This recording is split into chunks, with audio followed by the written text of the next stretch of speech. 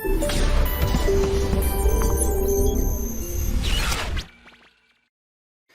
बच्चों, अब हम लोग नेक्स्ट टाइप के हीट के तरफ बढ़ेंगे जिसका नाम है फेज चेंज।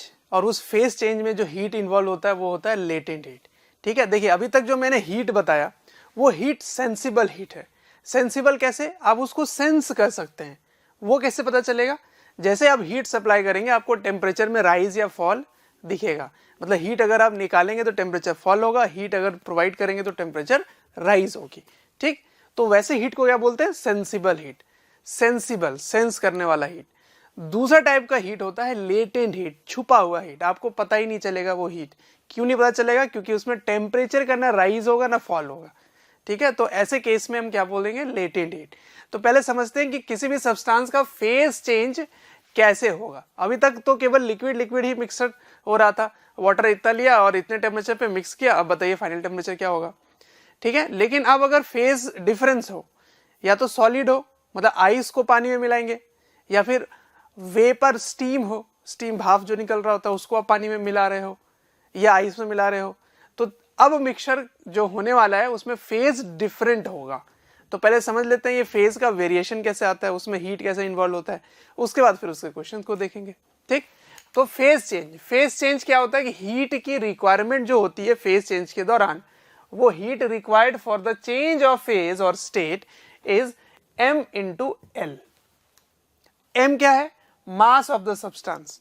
और L क्या है? Latent heat. वही मैं बता रहा था आपको कि लेटेंट हीट। लेटेंट हीट क्या होता है? वो हीट जो टेम्परेचर में चेंज ना लाए, वो फेज में चेंज लाए, वो लेटेंट हीट कहलाता है। वो आपको दिखाई नहीं, मतलब फील नहीं होगा। इसलिए नहीं फील होगा क्योंकि टेम्परेचर ही आप सेंस कर सकते हैं और टेम्परेचर में तो चेंज ही नहीं आ रहा है। तो आप सेंस कैसे करेंगे? उसके स्टेट को देख के। ठीक है, तो यहां से अगर आप देखें तो लेटेंट हीट की एसआई यूनिट क्या होगी बच्चों? इसकी SI unit of latent heat क्या होगी? यहां से देखो, ये इसकी यूनिट हो गई जूल, तो इसकी यूनिट हो जाएगी जूल, और ये इधर जाके डिवाइड हो गया तो जूल पर केजी हो गया। या कॉमनली जो हम लोग यूज करेंगे कैलोरी पर ग्राम। ठीक है, ये इसकी एसआई यूनिट है और ये इसकी सीजीएस यूनिट है, छोटा वाला यूनिट है। समझ में आया? तो क्या आप यहाँ से डायमेंशन भी बता सकते हैं? बिल्कुल डायमेंशन बता सकते हैं। ये ml²T-2 होगा और यहाँ पे mm कैंसिल हो जाएगा। ठीक है, तो आप अपने हिसाब से डायमेंशन निकाल लेना। तो डायमेंशन मैं आपके लिए छोड़ देता हूँ। डायमेंशन आपको लिखना है, डायमेंशन ऑफ L। ठीक, L मतलब वो लेटेंट हीट है। ये वो L वाला नहीं है, वो ml/T-1 वाला, वो L नहीं है। चलिए, तो लेटेंट हीट समझ में आया? लेटेंट हीट क्या होता है? लेटेंट हीट होता है the heat required by a substance which changes it's state eight constant temperature. Temperature constant होना चाहिए, इनफैक्ट प्रेशर भी कांस्टेंट होना चाहिए। तो मैं टेम्परेचर कांस्टेंट की बात कर रहा हूं, is called latent heat of the body. किसी भी सब्सटेंस की लेटेंट हीट क्या होगी? कितनी हीट रिक्वायर्ड होगी, मतलब रिलीज भी हो सकता है और एब्जॉर्ब भी हो सकता है, इसलिए मैंने रिक्वायर्ड लिखा है। किस लिए रिक्वायरमेंट चाहिए? ताकि बॉडी का फेज चेंज आ सके। इसके पहले मैं बता रहा था स्पेसिफिक हीट कैपेसिटी, उसमें मैं डेफिनेशन क्या बता रहा था कि कितने हीट की रिक्वायरमेंट होगी पर यूनिट मास पर डिग्री राइज कराने के लिए। मतलब किसी भी बॉडी का टेम्परेचर राइज कराने के लिए जितनी हीट की रिक्वायरमेंट होती है वो स्पेसिफिक हीट कहलाता है जब पर यूनिट मास हो। और टोटल बॉडी की बात होगी तो हीट कैपेसिटी कहलाता है। और तीसरा यहाँ पे क्या आया? Latent heat. लेटेंट हीट क्या होगा? कितनी हीट की रिक्वायरमेंट होगी किसी भी सब्सटेंस के फेज में चेंज लाने के लिए। ठीक है, टेम्परेचर कांस्टेंट रहना चाहिए, उस समय टेम्परेचर कांस्टेंट रहेगा। ओके, तो latent heat is the heat required by a substance which changes it's state eight constant temperature is called latent heat of the body. ठीक, तो ये लिखने का थोड़ा टाइम सेव कर रहा हूँ इसलिए मैंने लिख दिया पहले ही, ताकि क्योंकि ये बहुत ही सिंपल से डेफिनेशन है, आराम से आप समझ जाएंगे। अब इसके टाइप्स पे आते हैं, टाइप्स ऑफ लेटेंट हीट। देखिए, फेज का जो चेंज हो रहा है यानी कि स्टेट का जो चेंज हो रहा है उसके हिसाब से लेटेंट हीट की कैटेगरी होगी। तो आप समझ पा रहे हैं, सॉलिड से लिक्विड जा सकता है या लिक्विड से सॉलिड आ सकता है, या फिर लिक्विड से गैस हो सकता है या गैस से लिक्विड हो सकता है। तो ऐसे केस में दो टाइप के लेटेंट हीट होने वाले हैं। ठीक है, तो पहला होगा latent heat of fusion. Fusion इसलिए नाम है क्योंकि वो फ्यूज कर रहा है, मेल्ट कर रहा है। ठीक है, तो हीट रिलीज्ड और एब्जॉर्ब, रिलीज होगी या एब्जॉर्ब होगी? ऐसा क्यों हो रहा है? रिलीज तब होगी जब वो सॉलिड से लिक्विड बनेगा, और एब्जॉर्ब तब होगा, नहीं उल्टा कह रहा हूँ, जब लिक्विड से सॉलिड होगा, है ना। जब पानी आइस बनने वाला है, जब वाटर आइस बनने वाला है, तो हीट को रिलीज करेगा अपने अंदर से, तभी वो फ्रीज करेगा। और जब आइस वाटर बनने वाला है तो उसको हीट चाहिए होगी, हीट चाहिए होगी उसको गर्म करे हुए, तभी वो मेल्ट करेगा। ठीक है, तो इसलिए मैं दोनों में सेम फार्मूला लगेगा, दोनों में सेम लगने वाला है, चाहे सॉलिड से लिक्विड जाए या लिक्विड से सॉलिड जाए, फॉर्मूला सेम लगेगा। लेकिन अब L की वैल्यू क्या कहलाएगी? LF, मतलब लेटेंट हीट ऑफ फ्यूजन। आइए, हीट रिलीज्ड और absorb by a substance when it changes from solid to liquid और liquid to solid at constant temperature and pressure. अगर आप प्रेशर चेंज करते हैं तो बॉइलिंग या मेल्टिंग दोनों ही चेंज हो जाते हैं। ठीक है, तो मैं प्रेशर और टेम्परेचर दोनों ही कांस्टेंट लेके चल रहा हूँ। ज़्यादा से ज़्यादा बात कांस्टेंट टेम्परेचर पे होगी, क्योंकि ये सारे जो भी आप एक्सपेरिमेंट या जो भी क्वेश्चंस आप पढ़ेंगे वो नियर अर्थ ही पढ़ने वाले हैं। मतलब प्रेशर जो है वो कांस्टेंट रहेगा, तो हमारे सरफेस में प्रेशर कांस्टेंट ही रहता है। जब तक आप हिली एरियाज में ना चले जाएं या सी लेवल का प्रेशर कुछ और होगा और हिल्स स्टेशन का प्रेशर कुछ और होगा, या बहुत ऊपर हाइट पे आप चले गए या एक्सेलरेटेड लिफ्ट में हो तो प्रेशर का वेरिएशन दिखेगा आपको। ठीक, बट कोई भी ऐसा चीज़ नहीं हो रहा। कहाँ हम हैं? ग्राउंड में ही है या सी लेवल में ही है ना। हिली एरियाज में होगा तो फिर क्वेश्चन में मेंशन होगी कि इन हिली एरियाज, उसके बारे में बताऊंगा आपको। तो प्रेशर के बारे में बार बार बोलने की जरूरत नहीं है, क्योंकि प्रेशर कांस्टेंट ही रहेगा एट नॉर्मल केसेस। ठीक, तो फिर ये जो वैल्यू मैंने लिखा है ना, इसको आपको लर्न करना पड़ेगा। क्या है ये? Latent heat of fusion of ice कितना होता है? 80 कैलोरीज पर ग्राम, 80 कैलोरीज पर ग्राम, या फिर 80 किलो कैलोरी पर केजी। अब मैं यूनिट का कन्वर्जन कर रहा हूँ और कुछ नहीं कर रहा। ठीक है, समझ पा रहे हो? अच्छा, अब इसको अगर जूल में लाना है तो 4200 से मल्टीप्लाई करना पड़ेगा, तो 4200 जूल पर केजी हो गया। एक एक्स्ट्रा वैल्यू मैंने लिख दिया है मोल। अगर मोल पे पूछा जाए तो अब ये वैल्यू ले सकते हैं, 6 किलो जूल पर मोल। ठीक है, अच्छा, अब लेटेंट हीट ऑफ वेपोराइजेशन क्या होगा? इसको एल वी से रिप्रेजेंट करेंगे। अब आप समझ पा रहे हो, वेपर बनाने के लिए जो हीट चाहिए, तो मैं सेम चीज को यहाँ पे डॉट डॉट डॉट करके छोड़ दिया हूं। तो आप क्या लिखोगे बताओ? आप कंप्लीट लिखना, लेकिन क्या लिखोगे? हीट रिलीज और absorb by a substance when it changes from liquid to gas और फ्रॉम गैस टू लिक्विड। ठीक है, at constant temperature and pressure. तो TNP लिख दिया, एट कांस्टेंट TNP। ठीक है, समझ पा रहे हो? तो देखो, वाटर के लिए यानी कि स्टीम जब वो बनता है वाटर, तो कितनी हीट की रिक्वायरमेंट होती है लिक्विड से स्टीम में? 540 कैलोरी पर ग्राम या 540 किलो कैलोरी पर केजी। ठीक, यही चीज आप उल्टे में भी समझ सकते हो। अगर स्टीम कंडेंस होकर वाटर बनेगा, कंडेंसेशन पढ़े होगे आप छोटे क्लासेस में, अगर स्टीम कंडेंस होकर वाटर बनेगा तो 540 कैलोरी पर ग्राम हीट रिलीज करेगा। ठीक है, और लिक्विड से स्टीम बनने, वाटर को स्टीम बनने के लिए जो हीट चाहिए वो 540 कैलोरी पर ग्राम हीट चाहिए। तो बताओ, 10 ग्राम वाटर को 100 डिग्री से 100 डिग्री में ही रहना है, लेकिन वाटर से स्टीम बनना है तो कितनी हीट चाहिए होगी? अगर मैं 10 ग्राम बोलूँगा तो क्या कर बोलोगे? पर ग्राम इतनी चाहिए सर, तो 10 ग्राम है तो इंटू 10 कर देंगे, 5400। ठीक है, तो समझ में आया? उसी तरह से यहाँ पे भी आप बोल सकते हैं कि अगर एक आइस है, आइस को वाटर में मेल्ट करने के लिए कितनी हीट चाहिए आपको? तो 80 कैलोरी पर ग्राम हीट चाहिए। तो 10 ग्राम आइस को मेल्ट करने के लिए कितनी हीट चाहिए? तो 800 कैलोरीज 10 ग्राम आइस को मेल्ट करने के लिए चाहिए। उसी तरह से अगर मैं बोलूँ कि 10 ग्राम वाटर है 0 डिग्री पे, 0 डिग्री होना इंपॉर्टेंट है क्योंकि 0 डिग्री पे आइस की बात हो रही है।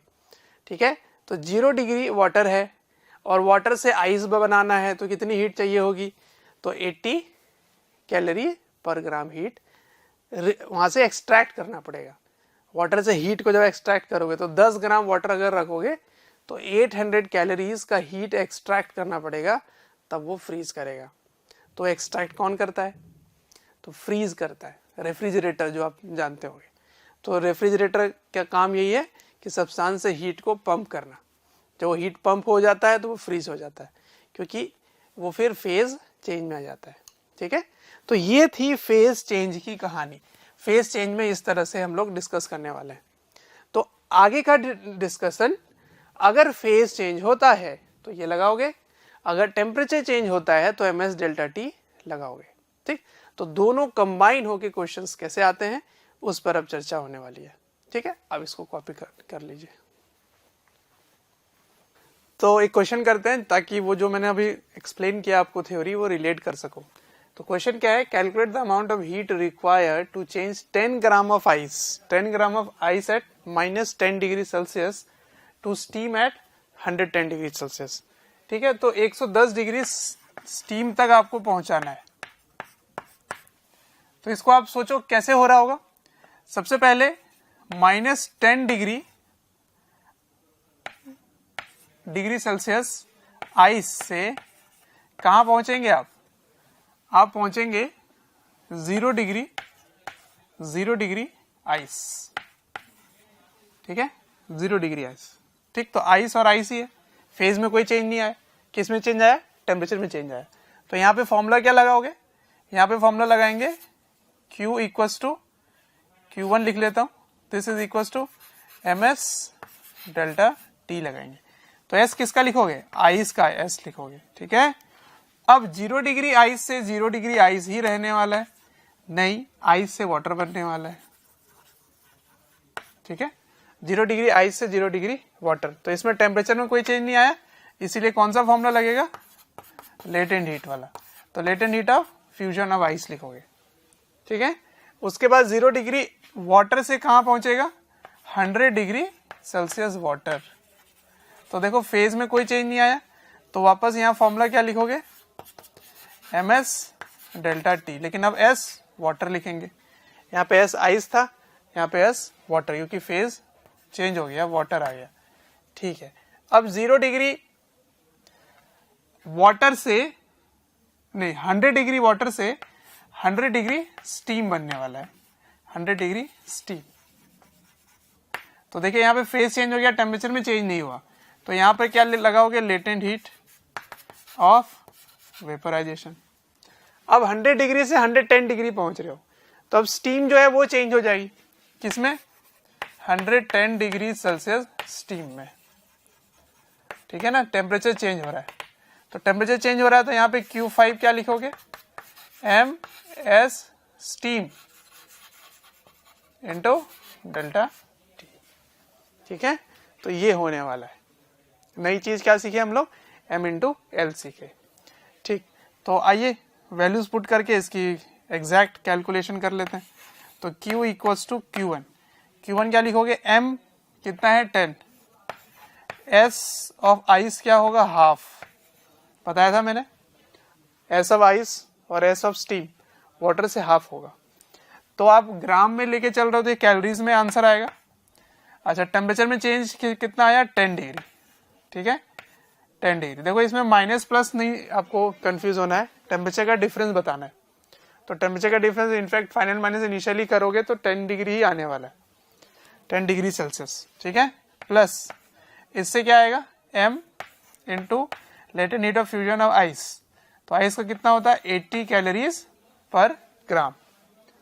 ठीक है, प्लस अब यहां से फिर से मास में चेंज नहीं है, क्योंकि वही चीज अब मेल्ट होकर वाटर बन रहा है और आगे फेज चेंज हो रही है, तो मास तो वही होगा।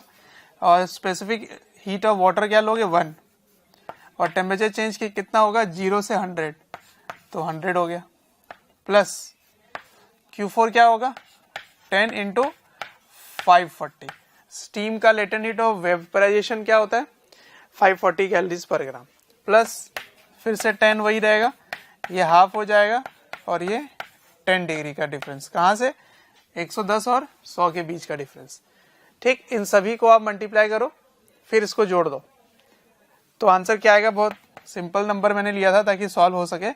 तो ये हो जाएगा 5 तो 5 इंटू 10 50 प्लस 800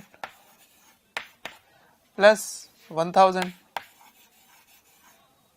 ठीक है, प्लस 5400 प्लस 50,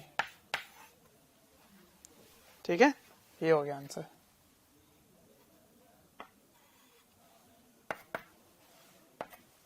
तो 50 और 50 100 में तो सबको जोड़ लो, मैं क्या करूं इसमें, अब जोड़ लो, आंसर जो भी आएगा फाइनल वो कैलोरीज में आ जाएगा, ठीक है।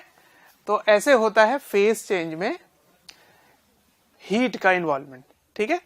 अब इंटरमिक्सिंग करने वाले हैं, इंटरमिक्सिंग करेंगे लेकिन अब डिफरेंट फेजेस में होंगे सब्सटेंस, तो फाइनल टेम्परेचर मिक्सचर का क्या बनेगा, इस पर अब हम लोग क्वेश्चन करने वाले हैं, ठीक है। चलिए इसको नोट डाउन कीजिए। तो चलिए मिक्सिंग करते हैं। इस बार फेज जो है वो सेम नहीं रहने वाला, अलग अलग फेज में है ऑब्जेक्ट्स और उनको आप डिफरेंट टेम्परेचर के बॉडीज के साथ मिक्स कर रहे हैं। तो जैसे सबसे सिंपल क्वेश्चन मैंने लिया कि 4 gram ice eight 0 degree, ice eight 0 degree and steam at 100 degree, 1 gram steam at 100 degree को मिक्स कर रहे हो, प्लस किया मतलब मिक्स कर रहे हैं, ठीक है। तो आपको बताना है कि फाइंड फाइनल टेम्परेचर,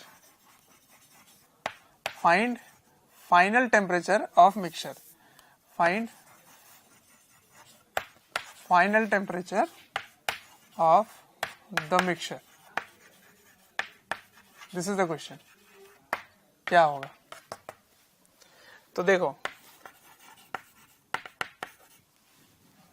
इसमें अब आप देख पा रहे हो कि आइस है वाटर नहीं और स्टीम है वाटर नहीं, तो हीट का लॉस कौन करने वाला है और हीट गेन कौन करने, देखो ये जो प्रिंसिपल ऑफ कैलोरीमेट्री है वो थोड़ी चेंज होगा, वो तो वही रहेगा, heat loss equals to heat gain, ठीक। तो हीट लूज कौन करेगा, heat loss is equals to heat gained.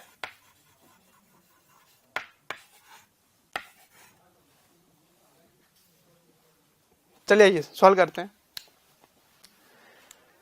हाँ, हीट लूज कौन करने वाला है, लूज करेगा जो बहुत गर्म ऑब्जेक्ट है, गर्म ऑब्जेक्ट कौन है, स्टीम। और हीट गेन कौन करने वाला है, जो ठंडा वाला ऑब्जेक्ट है वो कौन है, आइस। चलो तो सॉल्व करते हैं।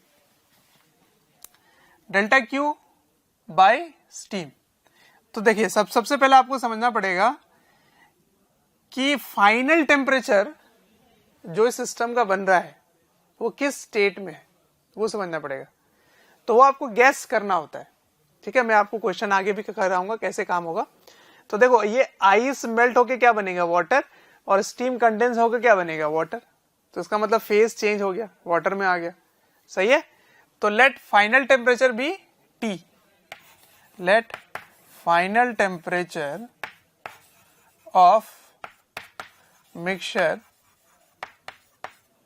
इज इक्वल्स टू टी, ठीक है। तो हीट लूज कौन कर रहा है, स्टीम। तो सबसे पहले स्टीम एट 100 डिग्री से वाटर एट 100 बनेगा, उसके बाद वाटर एट 100 से वाटर एट टी बनेगा, सही है।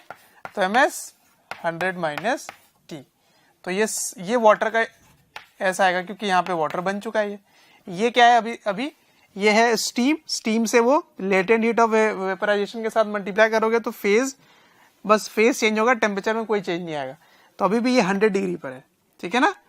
लेकिन ये क्या है, स्टीम वाला मास आएगा, यहाँ स्टीम वाला मास आएगा, स्टीम जो कि वाटर बन चुका है, समझ में आया। अच्छा अब इधर आओ, गेन कर रहा है तो इसकी फेज चेंज होगी, आइस से क्या बन जाएगा, वाटर बन जाएगा। तो mass of ice into latent heat of fusion of ice, melt हो गया, अब वो क्या बन चुका है, वाटर। तो मास ऑफ आइस जितना है वही न्यूमेरिकली वही लोगे, बट ये वाटर बन चुका है। अब वाटर एट 0 से कहां पहुंचेगा, water at T degree Celsius पे, तो एस क्या होगा, एस ऑफ वाटर लोगे क्योंकि अभी ये वाटर में है, इनटू टेम्परेचर डिफरेंस कितना होगा, 0 डिग्री से आप कहां तक आ रहे हो, T पे आ रहे हो, तो temperature difference is T minus 0। तो समझ आया क्या हो रहा है। अभी तक केवल यही दोनों करते थे, अब इसमें ये दोनों भी आ गए। तो बस ये क्वेश्चन टू क्वेश्चन वेरी होगा कि वो उसकी फ्यूजन हो रही है या वेपराइजेशन हो रही है, स्टेट में चेंज हो रहा है, सॉलिड से लिक्विड हो रहा है या लिक्विड से सॉलिड हो रहा है, ये सारी बातें वहां पे आएंगी। सही है, चलो वैल्यू पुट करें। कितना है स्टीम, 1 है और ये 540 होता है, तो 1 इंटू 540 इज 540। ये भी 1 है, ये भी 1 है और ये 100 माइनस टी होगा। ठीक है, आइस कितना था 4 इंटू ये कितना होता है 80 प्लस 4 वाटर ही रहेगा, ये स्टीम आइस जो है वो मेल्ट होकर वाटर बन चुका है, तो ये 4 होगा, ये 4 है, ये 1 है और ये टी है। ठीक, आपको टी सॉल्व करना है, तो यहां से एक माइनस टी आएगा जो उधर चला जाएगा और ये वाले टर्म को इधर ले आइए। तो क्या होगा देखो बच्चों, 540 माइनस 540 माइनस, अच्छा इसको मल्टीप्लाई कर लेते हैं पहले, तो इसको मल्टीप्लाई करोगे तो क्या आएगा प्लस 100 माइनस टी और ये 320 को इधर ले आइए तो माइनस 320 इक्वल्स टू 4t और यहाँ पे 540 भी रहेगा।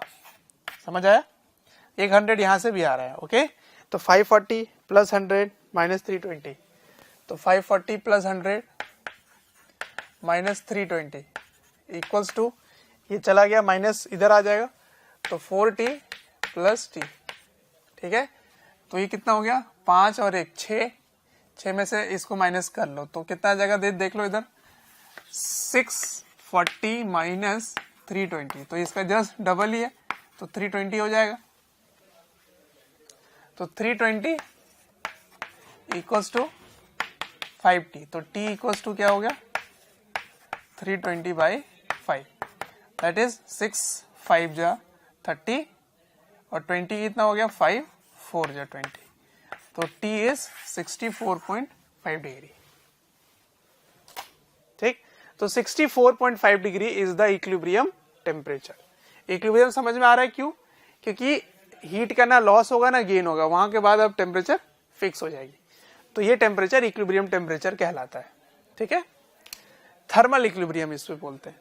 ओके, थर्मल इक्विलिब्रियम, क्योंकि हीट का लॉस और गेन अब बंद हो जाएगा, तो थर्मल इक्विलिब्रियम अचीव हो जाएगी।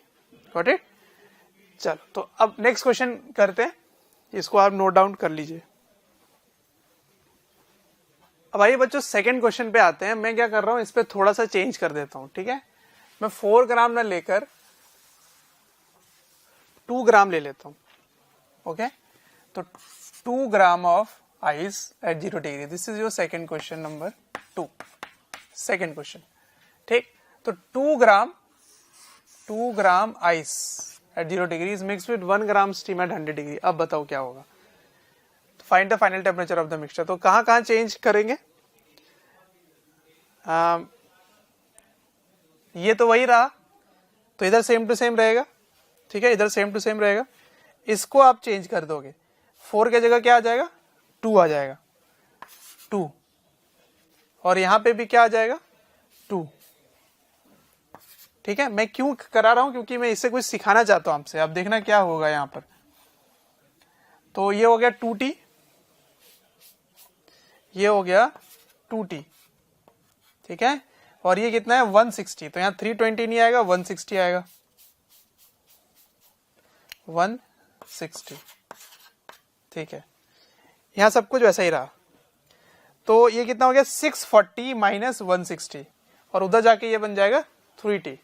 ठीक है, तो यहां लिखोगे 640 माइनस 160, तो इसको सब्ट्रैक्ट कर लेते हैं, 640 माइनस 160 0 8, ये हो गया 480 हो गया। ठीक है, 480, तो 480 इक्वल्स टू, ये माइनस आके इधर प्लस हो जाएगा तो 3t हो गया 3t, तो t इक्वल्स टू क्या आया 480 बाई 3, दैट इज 160, है ना, 16 3 जा 48 होता है, तो 160 डिग्री सेल्सियस आ गया। ठीक है, तो आप इसको सॉल्व करके बोल देते हो सर ये आ गया फाइनल आंसर। यहां पे आपने ब्लंडर कर दिया, दिस इज रॉन्ग, 100% मिस्टेक। क्यों?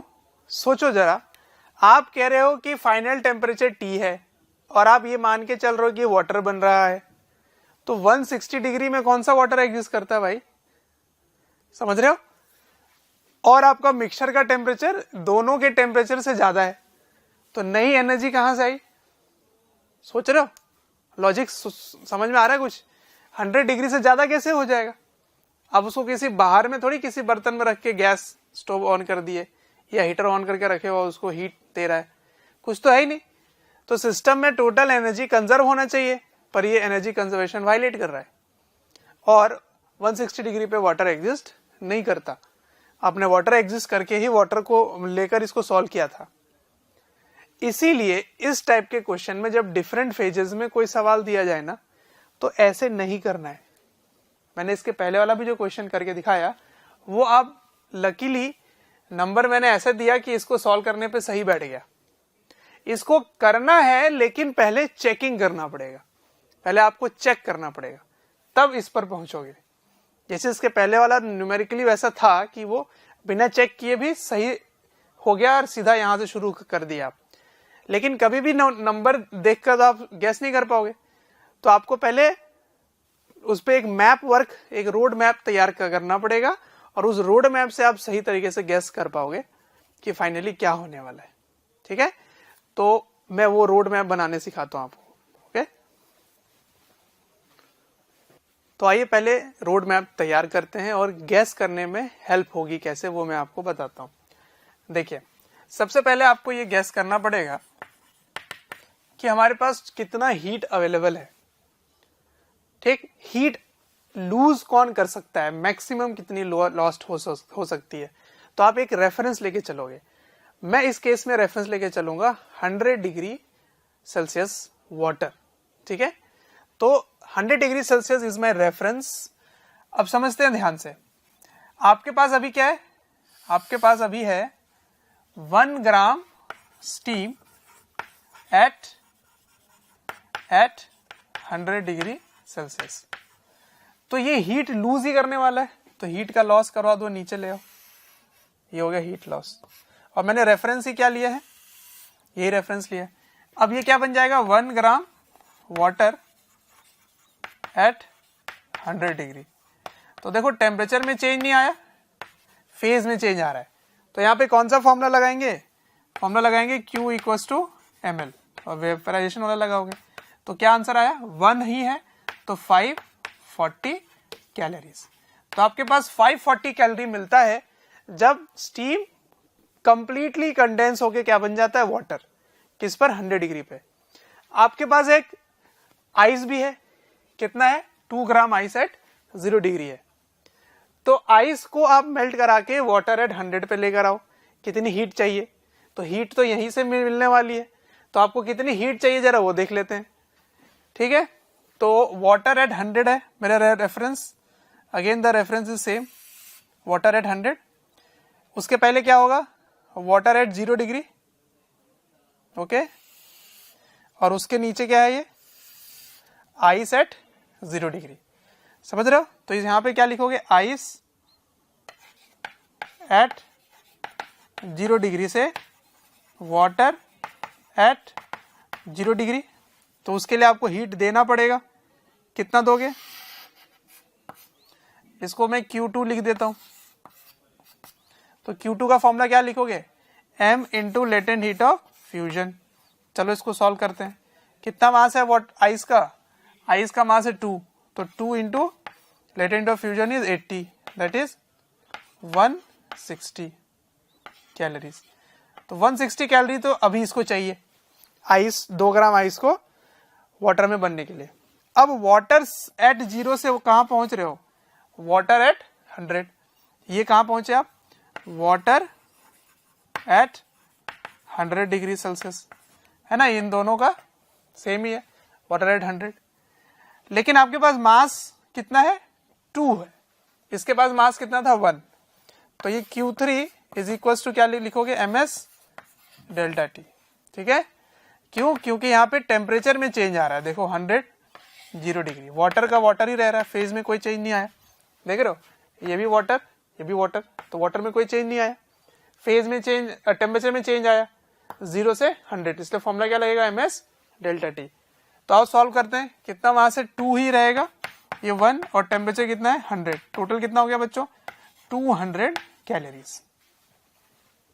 तो आपको टोटल हीट कितनी चाहिए, कितनी चाहिए, वो चाहिए 200 प्लस 160, तो 360 चाहिए। Total 360 calories are required for 2 gram ice to reach from 0 degree to 100 degree Celsius water. ठीक है, तो आपको चाहिए कितना 360, आपके पास अवेलेबल कितना हो जाता है 540, अगर सारा का सारा स्टीम कंडेंस होकर वाटर एट 100 बन जाता है। तो रोड मैप तैयार हो गया कि आइस को 100 पहुंचाने के लिए मुझे 360 कैलोरीज की रिक्वायरमेंट है और कंप्लीट स्टीम कंडेंस होकर 540 कैलोरीज हीट दे रहा है। इसका मतलब सारा का सारा स्टीम कंडेंस नहीं हो रहा है। आगे बात समझ में? तो यही चीज आपको रोड मैप तैयार करके समझना पड़ेगा। इसका मतलब अब मुझे ये बात तो बिल्कुल कंप्लीट समझ में आ गया कि सारा स्टीम कंडेंस नहीं हो रहा, तो मैं बोलूंगा लेट, अब मेरा नया एक स्टेप शुरू क्या होगा, वो वाली स्टेप अब नहीं लगाओगे जो मैंने पहले आपको बताया, अब वो लगेगा ही नहीं, क्योंकि वाटर बन ही नहीं रहा, मतलब water completely less than 100 degree नहीं हो रहा। आप देखो ना, इसको 100 में पहुंचाने के लिए जितनी हीट चाहिए उससे ज्यादा हीट है आपके पास। इसका मतलब मिक्सचर जो होगा वो वाटर 100 डिग्री के नीचे तो नहीं होगा। समझ रहे हो? तो अब आप सॉल्व कैसे करोगे, लेट x ग्राम स्टीम कंडेंसेस, ठीक है ना, कंडेंसेस टू फॉर्म वाटर।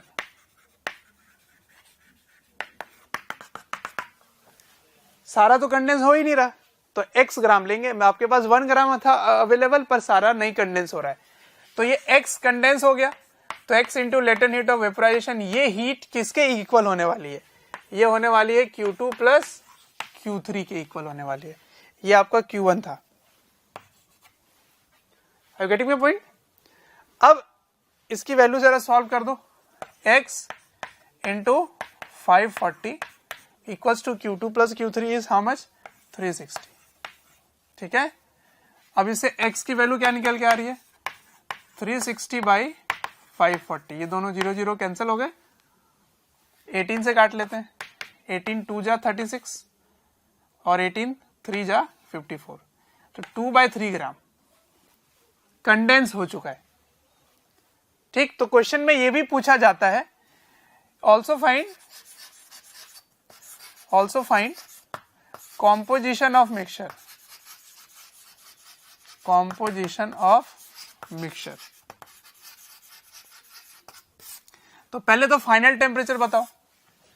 तो आपने कहा कि सारा कंडेंस हो नहीं रहा, कुछ स्टीम बचा हुआ है, तो अगर स्टीम बचा हुआ है तो इसका मतलब फाइनल टेम्परेचर क्या रहेगा 100 डिग्रीज रहेगा। तो एक चीज तो आंसर आ गया, 100 डिग्री रहना है, क्योंकि आपका स्टीम थोड़ा बचा हुआ है। अब कॉम्पोजिशन ऑफ मिक्सचर कैसे लिखोगे, कॉम्पोजिशन मतलब कौन कितना है, composition of mixture,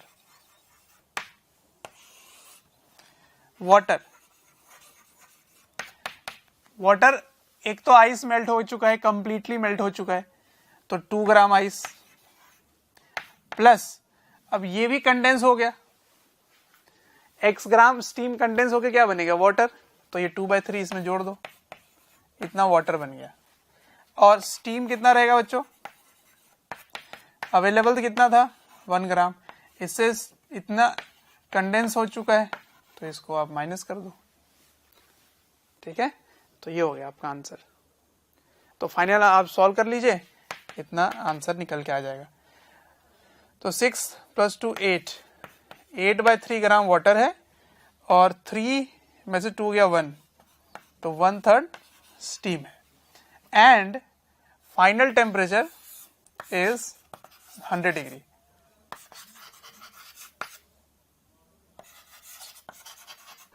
of mixture is 100 degree Celsius. अब ये कैसे मैंने गैस किया, क्योंकि इसमें 1/3 स्टीम तो है ही ना, तो स्टीम तो 100 डिग्री पे था, तो 100 डिग्री रहेगा सिस्टम का पूरा टेम्परेचर। बस कुछ वाटर हमारे पास भी रहेंगे, वो भी 100 पे ही रहने वाला है। वाटर एट 100 वाटर एट 100 रहने वाला है, ठीक है। तो वाटर एट 100 रहेगा और स्टीम भी 100 रहेगा, तो मिक्सचर का टेम्परेचर क्या रहेगा, 100 degree Celsius. Getting my point? Okay, तो ऐसे इसको रोड मैप तैयार करो और इसको सॉल्व करो, तभी आप सही गैस कर पाओगे, तभी आप इस अलग अलग फेज में जो होते हैं सब्सटेंसेस, उनकी आप मिक्सचर के बारे में फाइनल कंक्लूजन निकाल पाओगे। ठीक है, तो यही रोड मैप अगर मैं पहले वाले क्वेश्चन में लगाता तो क्या आता आंसर। देखिए आपके पास ये 4 था, है ना, 4, तो अगर 4 रहेगा तो ये क्या हो जाएगा, इसका डबल 320 और इसका भी डबल 400, तो 320 प्लस 400 इज मोर देन 540। इसका मतलब स्टीम और नीचे आएगा और वाटर 100 पे नहीं पहुंच पाएगा, क्योंकि 100 पे पहुंचने के लिए आपको 600 से ज्यादा कैलोरी की हीट रिक्वायरमेंट होगी और उतनी है ही नहीं हमारे पास, इसीलिए 100 डिग्री वाटर नहीं होने वाला। तो अब आप वहां पे गैस करके सीधा सॉल्व कर सकते थे, क्योंकि आपने यहाँ रोड मैप कर लिया तैयार, आपको दिख रहा है कि स्टीम कंडेंस हो रहा है, 540 दे सकता है, उससे ज्यादा दे नहीं सकता, और आपको टोटल रिक्वायरमेंट अगर ये 4 ग्राम ले लेते तो 600 से ज्यादा चाहिए, इसीलिए फाइनल कॉम्पोजिशन में वाटर ही रहेगा कंप्लीट, और मिक्सचर का टेम्परेचर लेस देन 100 डिग्री होने वाला है। तो अगर तेरे पास ऑप्शन है तो गैस भी कर सकता है कि कौन सा ऑप्शन सही होगा, पर उसके लिए आपको रोड मैप तैयार करना भी पड़ेगा। Got it? चलो और क्वेश्चन एक करके देखते हैं। चलो एक क्वेश्चन और करते हैं इस पे। देखो इस क्वेश्चन से मैं आपको एक और मिसकंसेप्शन भी हटवाना चाहता हूं, और वो ये कि रेफरेंस जो मैंने 100 डिग्री सेल्सियस वाटर लिया, क्या हमेशा वही लेना है? ऐसा जरूरी नहीं है, आप डिफरेंट रेफरेंस भी ले सकते हैं, लेकिन फेज जो है वो कॉमन होगा, यानी कि या तो 0 डिग्री आइस लोगे या 100 डिग्री वाटर लोगे, इन्हीं दोनों में कोई एक रेफरेंस लेंगे। ठीक, उसके बाद आप चेक करके देखोगे कितनी रिक्वायरमेंट है हीट की, कितनी आपके पास अवेलेबल है, उसके बाद आप फाइनल कंक्लूजन निकाल सकते हैं। जैसे ये क्वेश्चन, इस बार 10 ग्राम आइस ले लिया और स्टीम अभी भी 1 ग्राम है, ठीक है। तो रोड मैप तैयार करते हैं, उसके बाद पता करेंगे कि इस मिक्सचर में क्या होने वाला है। तो चलो सबसे पहले वाटर स्टीम एट 100 डिग्री है, तो स्टीम एट 100 बना लेते हैं यहां पर। Okay, steam at 100, steam at 100 degree Celsius. इससे हीट लूज होगा, और लूज होके क्या बनेगा, इससे हीट लूज होगा और ये बन जाएगा वाटर एट 100 डिग्री। तो यहां फॉर्मूला क्या लगाएंगे, m इंटू एल, तो Q1 is equal to m into latent heat of vaporisation. तो चलो वैल्यू रख दें, m कितना है 1 इंटू 540 इज 540 कैलोरीज। ठीक है, अब वाटर एट 100 है, 540 कैलोरी है, यहां आप आइस को ले जाना शुरू कर रहे हो, लेकिन आइस की वैल्यू 10 ग्राम है, बहुत ज्यादा है, तो अगर आप 80 से मल्टीप्लाई करोगे तो 800 हो जाएगा, और यहां पे आपको 540 चाहिए। ये 540 यहां से स्टीम से वाटर से रिलीज हो रहा है 540, और आपको आइस में कितनी वैल्यू चाहिए, 800 कैलोरीज चाहिए। तो इसका मतलब स्टीम पूरी तरह से कंडेंस तो हो जाएगा, उसके बाद भी वाटर और नीचे जाने वाला है। तो अब रेफरेंस में 100 डिग्री नहीं लेने वाला, क्योंकि ये रिलीज्ड एनर्जी जो है उतनी इसको रिक्वायरमेंट ही नहीं है। इसका मतलब मेरा रेफरेंस 100 डिग्री वाटर नहीं होगा, 0 डिग्री आइस होगा। ठीक है, तो इसी को मल्टीप्लाई करके आप गैस कर सकते हो, इसकी वैल्यू बहुत ज्यादा है, इसका मतलब अब मुझे डाउट हो रहा है कि आइस एट 0 ही रेफरेंस होना चाहिए, तो इसका मतलब अब ये और नीचे जाएगा। ठीक है, तो वाटर एट 100 से कहां लेके जाओगे, water at 0 degree, water at 0 degree. ठीक, कितनी हीट चाहिए इसको, अब लगाओगे ms डेल्टा t, लेकिन ये वाटर का आएगा s, तो m कितना है 1 है, s कितना है 1 है, टेम्परेचर डिफरेंस कितना है 100, तो कितना आ गया 100 कैलोरीज। तो टोटल आपको कितनी हीट चाहिए, टोटल हीट यहाँ से कितना लिबरेट हो रहा है, चाहिए नहीं, कितना लिबरेट हो रहा है, इसको जोड़ोगे तो कितना आ जाएगा 500, 100, 600, 640 कैलोरीज। ठीक है। अब वाटर एट 0 है रेफरेंस, तो ये भी आ गया मेरे लिए यहाँ पर water at 0, water at 0 degree. ठीक है। अब आइस आपका कहां पर है, आइस कहां पर है, आइस भी 0 पर है, तो वो हीट गेन करने वाला है ऐसे। तो आइस एट 0 डिग्री सेल्सियस। ठीक है। तो यहां पर क्या होगा Q3 m into latent heat of fusion of ice. तो आइस से वाटर बन रहा है 0 0 ही रह रहा है, तो केवल एक ही आएगा। तो यहां वैल्यू क्या लिखोगे, मास कितना है 10, तो 10 इंटू 80, तो दैट इज 800 कैलोरीज। तो 800 कैलोरीज ये दे सकता है। और सोचो इसको तुम यहां लाओगे तो 640 ही आपको चाहिए। इसका मतलब सारा का सारा आइस अब मेल्ट नहीं कर रहा। ये पॉइंट मुझे क्लियर हो गया, क्योंकि इतनी हीट की रिक्वायरमेंट है कंप्लीट आइस को मेल्ट कराने के लिए।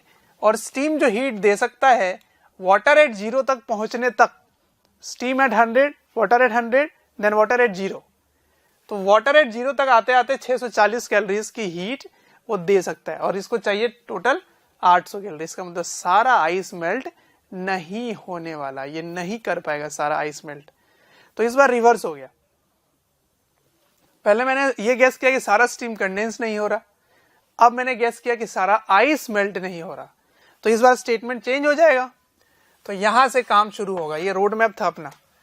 तो let x gram of ice melts to form water. ठीक है, x ग्राम ही मेल्ट हो रहा है। तो अब आप क्या लिखोगे, x into latent heat of fusion of ice is equals to, दोनों का हीट जोड़ दो, Q1 प्लस Q2।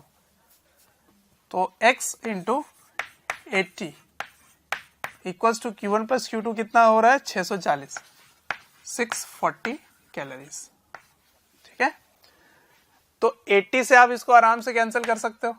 तो 8 जा 64, तो 8 ग्राम। ठीक, 8 ग्राम आइस मेल्ट होगा आउट ऑफ 10 ग्राम।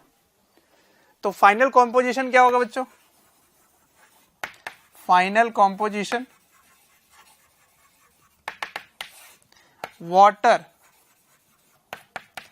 देखो स्टीम सारा का सारा कंडेंस होके वाटर बन चुका है, तो एक तो 1 ग्राम वहां से आने वाला है, उसके बाद आइस ये भी मेल्ट हो गया, तो 8 ग्राम और आ जाएगा, तो total 9 gram water, 9 gram water आ गया।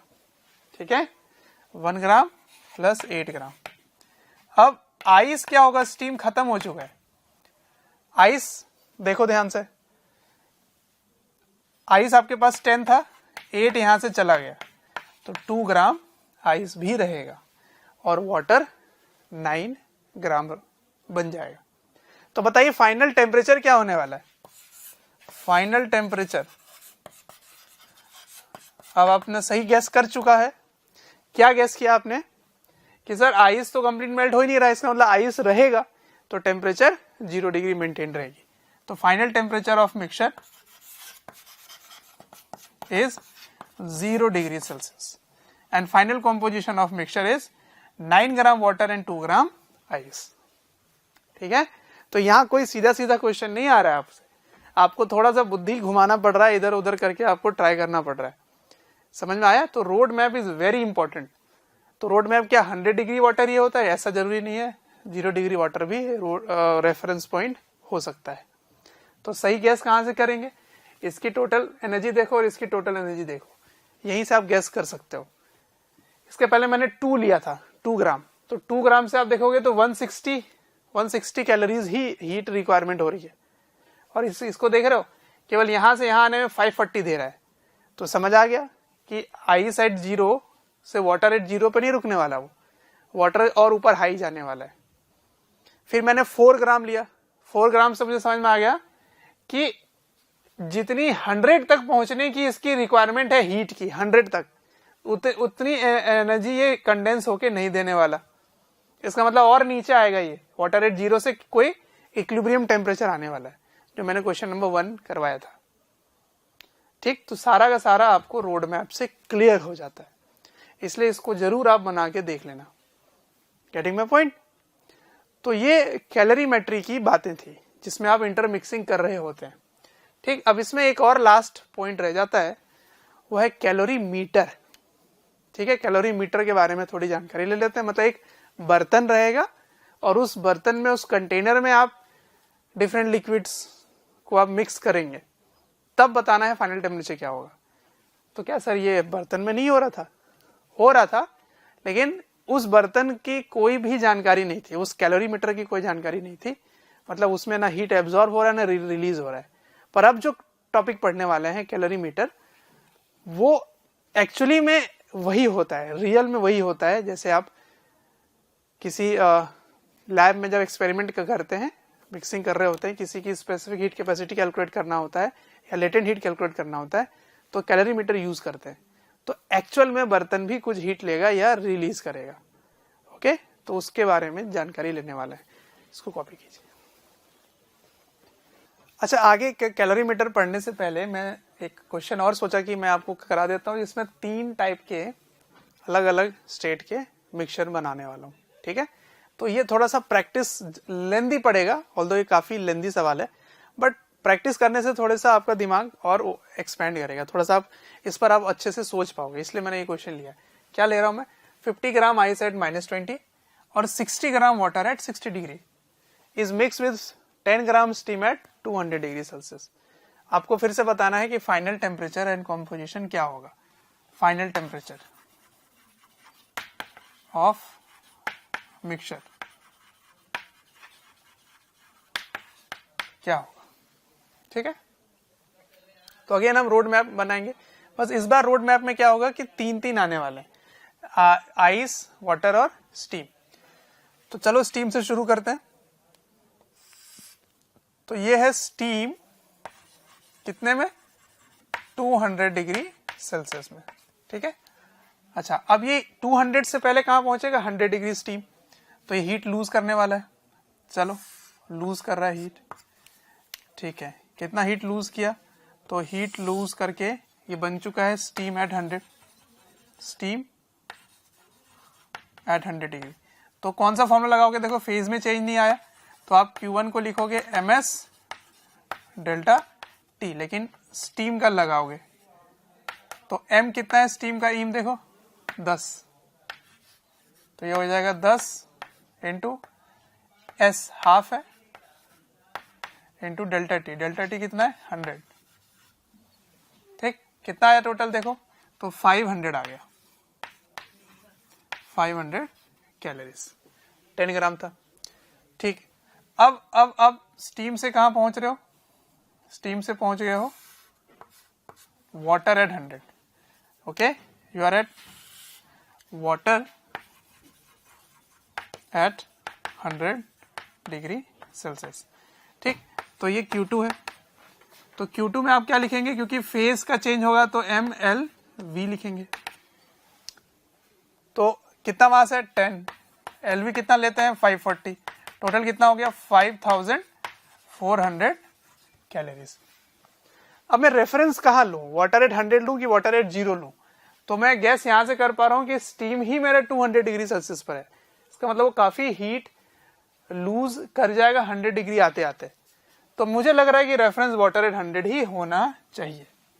ठीक, चलो, तो अब एक एक्स्ट्रा क्या आ गया? वाटर एट 100 पर 60 डिग्री सेल्सियस वाला वाटर ऊपर जाएगा, तो हीट इसको भी चाहिए। तो ये कहां से कहां जा रहा है? ये जा रहा है वाटर, वाटर कहां पर है? ये एट 60 डिग्री सेल्सियस। ठीक है, अब आप पहुंच कहां गए? वाटर एट 100 डिग्री सेल्सियस पे। तो यहाँ पे फेज का चेंज हुआ क्या?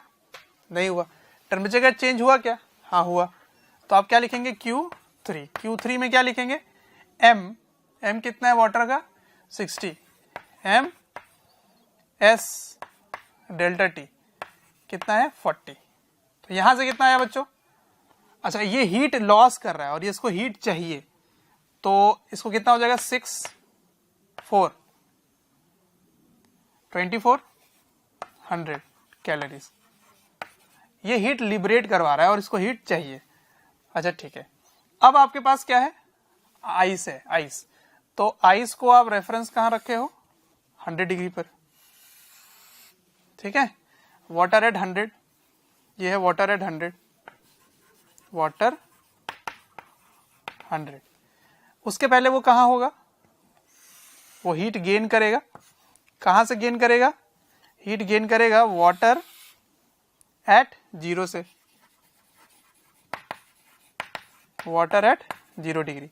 ये 60 डिग्री वाला था, ठीक है। इसको लिख लेते हैं Q4। तो Q4 की वैल्यू क्या होगी बच्चों? M इंटू टेम्परेचर का डिफरेंस हो रहा है S डेल्टा T। कितना मास है देखो तो?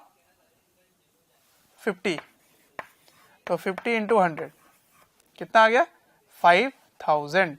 इधर लिख लेता हूं मैं, 5000 कैलोरीज। अच्छा ठीक है। अब वाटर एट 0 से पहले वो कहां था? वो था आइस एट 0 पर। तो यहां क्या हुआ होगा? यहां हुआ होगा Q5 M इंटू LF। कितना मास है? 50। LF कितना होता है? 80। कितना हो गया ये? 8 5 जा 40 कैलोरीज। उसके नीचे वो था -20 पे था, राइट? तो -20 से मुझे शुरू करना चाहिए था।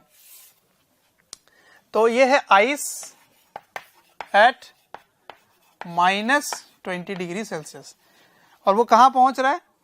वो पहुंच रहा है आइस एट 0। -20 से कहां पहुंच रहा है? 0। तो यहां पे फेज का चेंज हो रहा है क्या? नहीं, टेम्परेचर का चेंज हो रहा है। तो Q6 क्या लिखेंगे? M S delta T, S of ice. वो कितना होता है? हाफ होता है। तो इसकी वैल्यू रख लेते हैं। तो रखने पे क्या आ रहा है? कितना मास है? 50 है। S क्या लोगे? हाफ। टेम्परेचर डिफरेंस कितना हुआ? -20 से 0 20। ओके, तो ये कट के हो गया 10। तो इधर से आ गया 500 कैलोरीज। ये 4000 कैलोरीज, ये है 500 कैलोरीज और ये है 5000 कैलोरीज। ओके, तो चलो देखते हैं कि हीट रिक्वायरमेंट कितनी है और हीट मिल कितना रहा है। तो अपने आप ही समझ आ जाएगा आपको। इन दोनों को जोड़ लीजिए तो हीट टोटल कितना मिल रहा है? यहां से 5900 कैलोरीज। इतनी हीट तब मिलेगी जब आप स्टीम को वाटर एट 100 तक ला पाओ, ठीक। अच्छा, आपको चाहिए कि कितना? तो यहां से जोड़ना शुरू करते हैं। ये 500 चाहिए, फिर 4500 चाहिए और अगेन 5000 चाहिए। तो 5000 प्लस 4000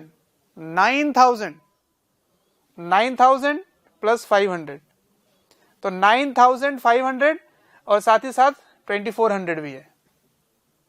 ये तो बहुत ज्यादा हो गया। तो इसको बहुत ज्यादा हीट चाहिए, उतनी हीट मिल नहीं रही है। इसका मतलब वाटर एट 100 तक नहीं पहुंचने वाला। समझ आ गया मुझे यहीं से? इसका मतलब ये और नीचे जाएगा और यहां तक आप देखो तो ये 4000 है। कहां तक है?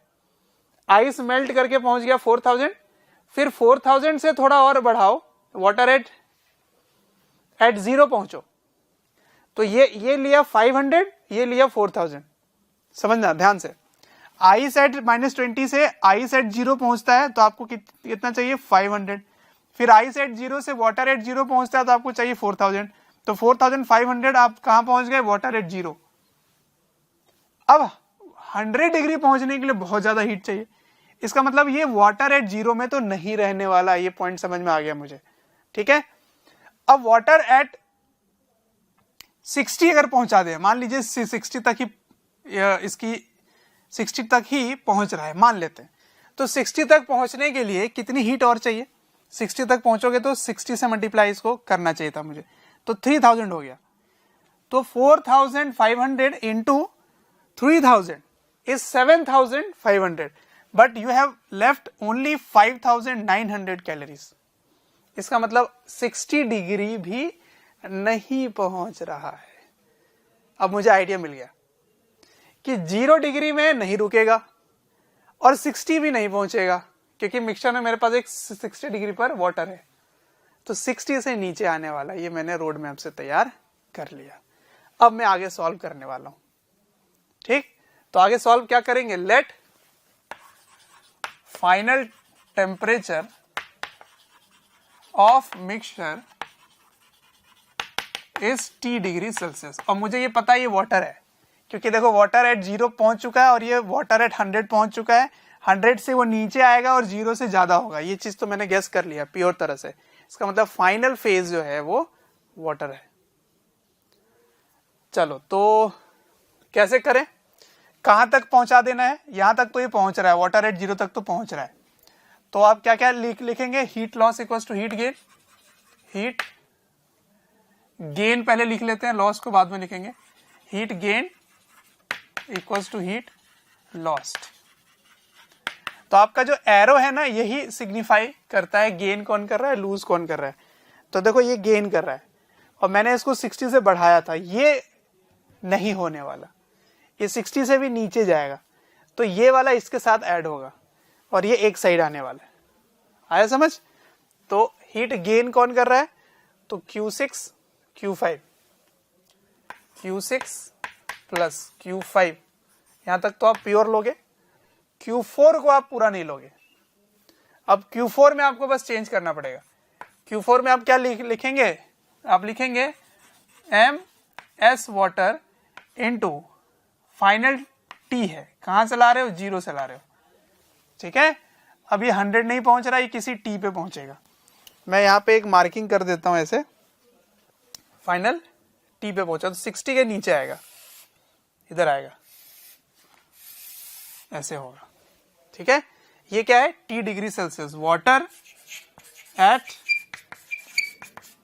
T degree Celsius. Okay, and I know this T is less than 60 degree, that I am 100% sure. तो ये वाला पार्ट यहां से हटेगा और अब नीचे आने वाला है ये। ओके, ये नीचे आने वाला है। तो ये जो नीचे आएगा, मैं डिफरेंट कलर यूज कर लेता हूं। ये जो नीचे आएगा इसको मैं लिख देता हूं Q3 डैश। अब ये क्या होगा बच्चों?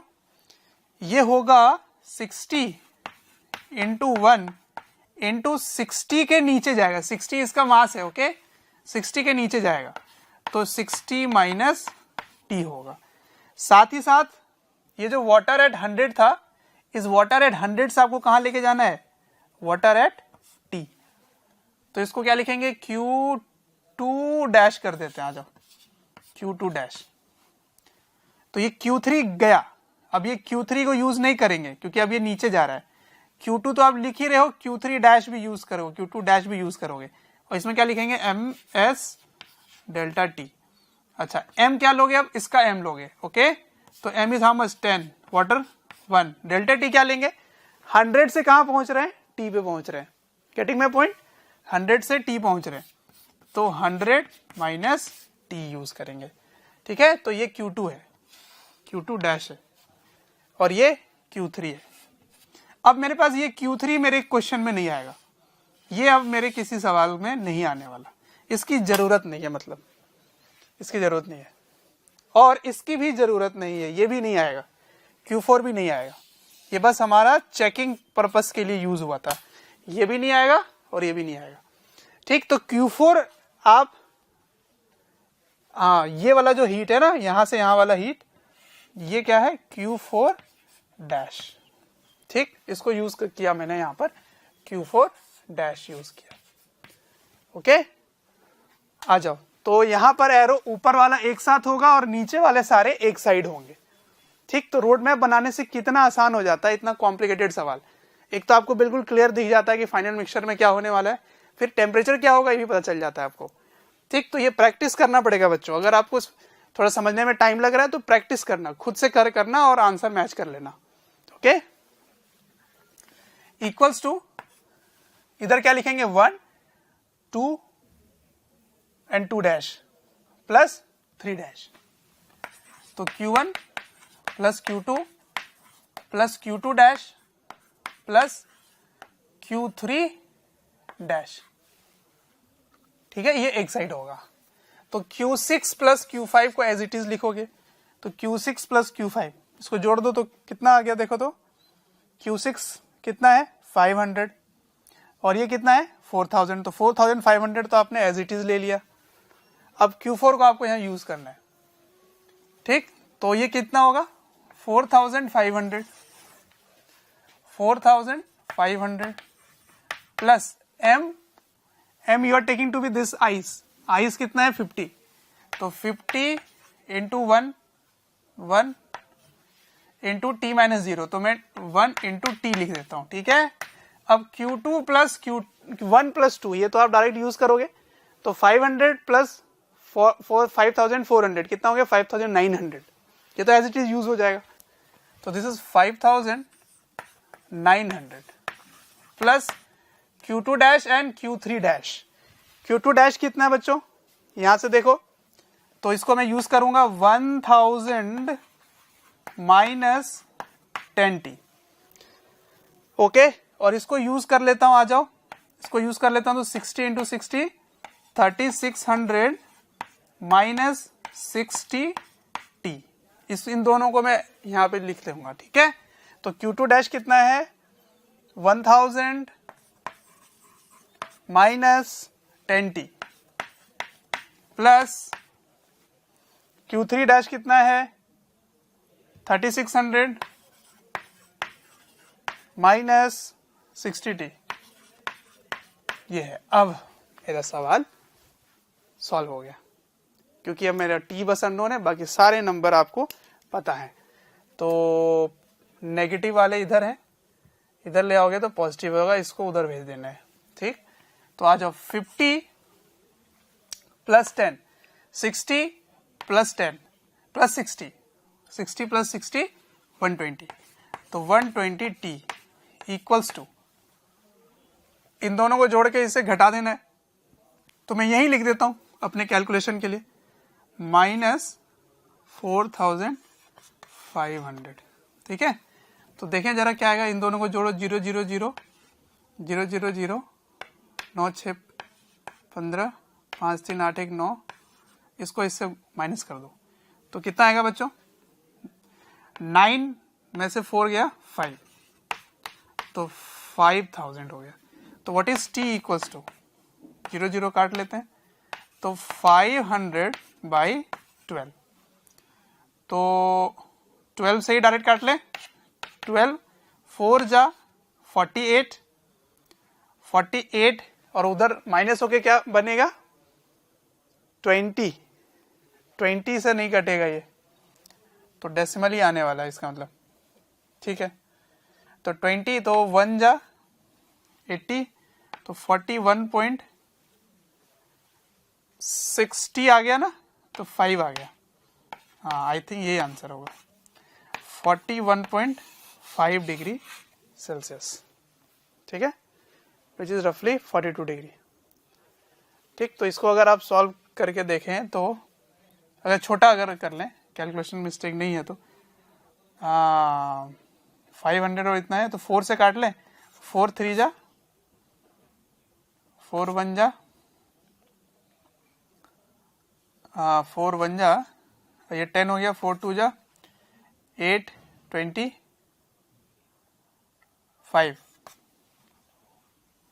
125, सही है। इसको 3 से काटोगे तो कितना होगा, 4 3 जा 12, 3 1 जा 3 20 हो गया, तो 6 जाए समथिंग होगा। हाँ सही है, 41.5 डिग्री 42 के आसपास आना चाहिए।